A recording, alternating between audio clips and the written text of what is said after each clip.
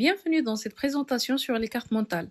Aujourd'hui, nous allons découvrir un outil puissant pour apprendre, mémoriser et s'organiser. Vous êtes prêts? C'est parti! Petite question pour commencer. Est-ce que vous vous rappelez de ce que vous avez appris en cours de français le mois dernier? Si la réponse n'est pas immédiate, pas de panique, c'est tout à fait normal. Et c'est exactement ce que nous allons explorer aujourd'hui. Je vous propose un petit défi. Vous allez voir une liste de 8 mots. Vous avez 20 secondes pour les mémoriser. À vous de trouver la meilleure stratégie pour y parvenir. Attention, c'est parti.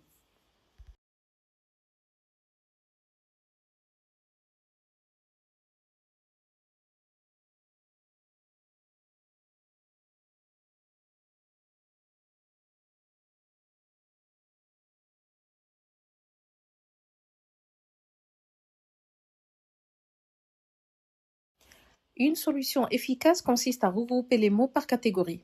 Les fruits, fraises et bananes. Les transports, avions et trains. Les animaux, chiens et chats. Et lieux, plages et montagnes. Le fait de les regrouper aide beaucoup à s'en souvenir.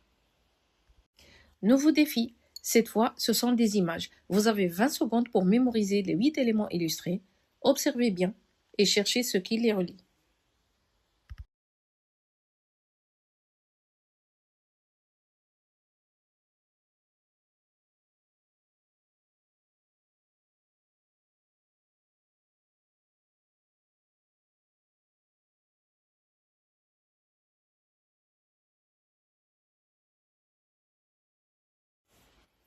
La stratégie gagnante ici, les couleurs. Vert pour l'herbe et le brocoli, jaune pour le soleil et la banane, blanc pour le nuage et le papier, rouge pour la fraise et la tomate. Regroupés par couleur, c'est un truc que notre cerveau adore. Troisième test, un peu différent. Vous avez 20 secondes pour mémoriser 8 icônes. À vous de jouer.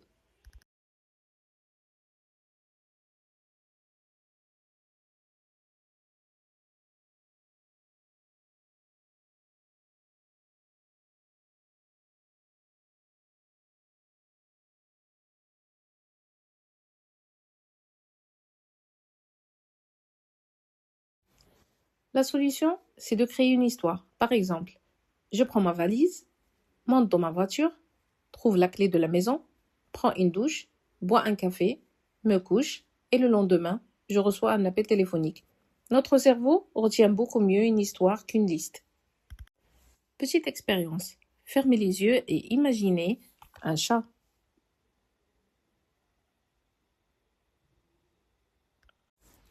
Qu'est-ce qui s'est passé dans votre tête? Avez-vous vu le mot chat, C-H-A-T, en lettres, ou avez-vous visualisé un vrai chat? La grande majorité des gens imaginent une image. Et ça, ce n'est pas un hasard. Notre cerveau pense naturellement en images. C'est une information clé pour comprendre comment fonctionne la mémorisation. Et maintenant, comptez ces étoiles. Vous avez 5 secondes.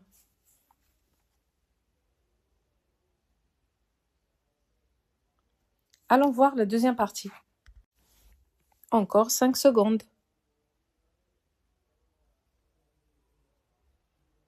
C'est fini. Ces deux derniers tests ont pour but de faire ressentir la différence entre mémoriser une liste brute et mémoriser grâce à des associations visuelles. Deux grandes questions. Pourquoi oublie-t-on? Et peut-on vraiment muscler notre mémoire? La réponse est oui. La clé, c'est de travailler avec le cerveau et non contre lui. Et notre cerveau, il adore les images, les couleurs et les associations. C'est exactement ce que propose la carte mentale.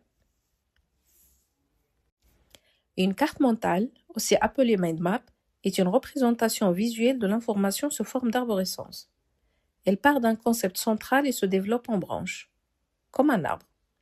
Cet outil a été popularisé par Tony Buzan dans les années 70 et il est aujourd'hui utilisé dans le monde entier pour apprendre, réviser et créer. La carte mentale fonctionne parce qu'elle sollicite les deux hémisphères du cerveau en même temps. L'hémisphère gauche, celui de la logique, de l'analyse, du langage et des mathématiques, et l'hémisphère droit, celui de la créativité, de l'imagination, des couleurs et de la musique. En combinant les deux, on crée des souvenirs beaucoup plus solides. La carte mentale utilise exactement les mêmes codes que notre cerveau, des couleurs, des images, des mots-clés et des branches qui relient les idées entre elles. C'est une façon de dessiner ce qu'on pense, de transformer une leçon en carte visuelle que le cerveau peut explorer librement. Comment créer une carte mentale? Voici la recette. Placez une image ou un mot-clé au centre. Ajoutez des branches principales pour vos grandes idées. Ajoutez des sous-branches pour les détails. Utilisez des couleurs différentes pour chaque branche. Dessinez ou insérez des symboles et des icônes. Utilisez des mots-clés, pas des phrases entières. Voici maintenant un exemple réel. Vous pouvez créer une carte mentale à partir d'une chanson de Maître Gims sur le thème de l'environnement. Le mot central est au milieu et les branches se déploient naturellement vers chaque idée abordée dans la chanson. Regardons ça ensemble. Vous trouverez la chanson et une vidéo de vocabulaire en description. Elle illustre toutes les images du clip pour mieux comprendre le contenu. La carte mentale autour de cette chanson s'organise en 4 branches principales. Les animaux, le paysage, les catastrophes naturelles et les comportements humains. Chaque branche va ensuite se détailler en sous-branches avec du vocabulaire précis. Et voici le résultat. Cette carte mentale a été réalisée à la main. On voit clairement les 4 branches principales avec leurs sous-branches, les dessins, les couleurs. C'est vivant, c'est personnel et surtout, c'est mémorable. Pour résumer, la carte mentale remplit 4 grandes fonctions. Elle aide à organiser, en structurant les idées de façon claire et logique. Elle aide à simplifier, en condensant les informations complexes autour d'un mot central. Elle aide à stimuler le cerveau, en activant la plasticité cérébrale. Et elle aide à mémoriser, en sollicitant plusieurs modalités sensorielles. Maintenant, c'est à votre tour. Scannez le QR code pour accéder à l'atelier ou tapez dans la barre de recherche du site mesfichespratiques.com. Carte mentale. Écoutez la chanson, apprenez le vocabulaire et amusez-vous à créer votre propre carte mentale et laissez votre cerveau s'exprimer. Si vous aimez cette vidéo, likez et écrivez-moi en commentaire quelle stratégie de mémorisation vous préférez.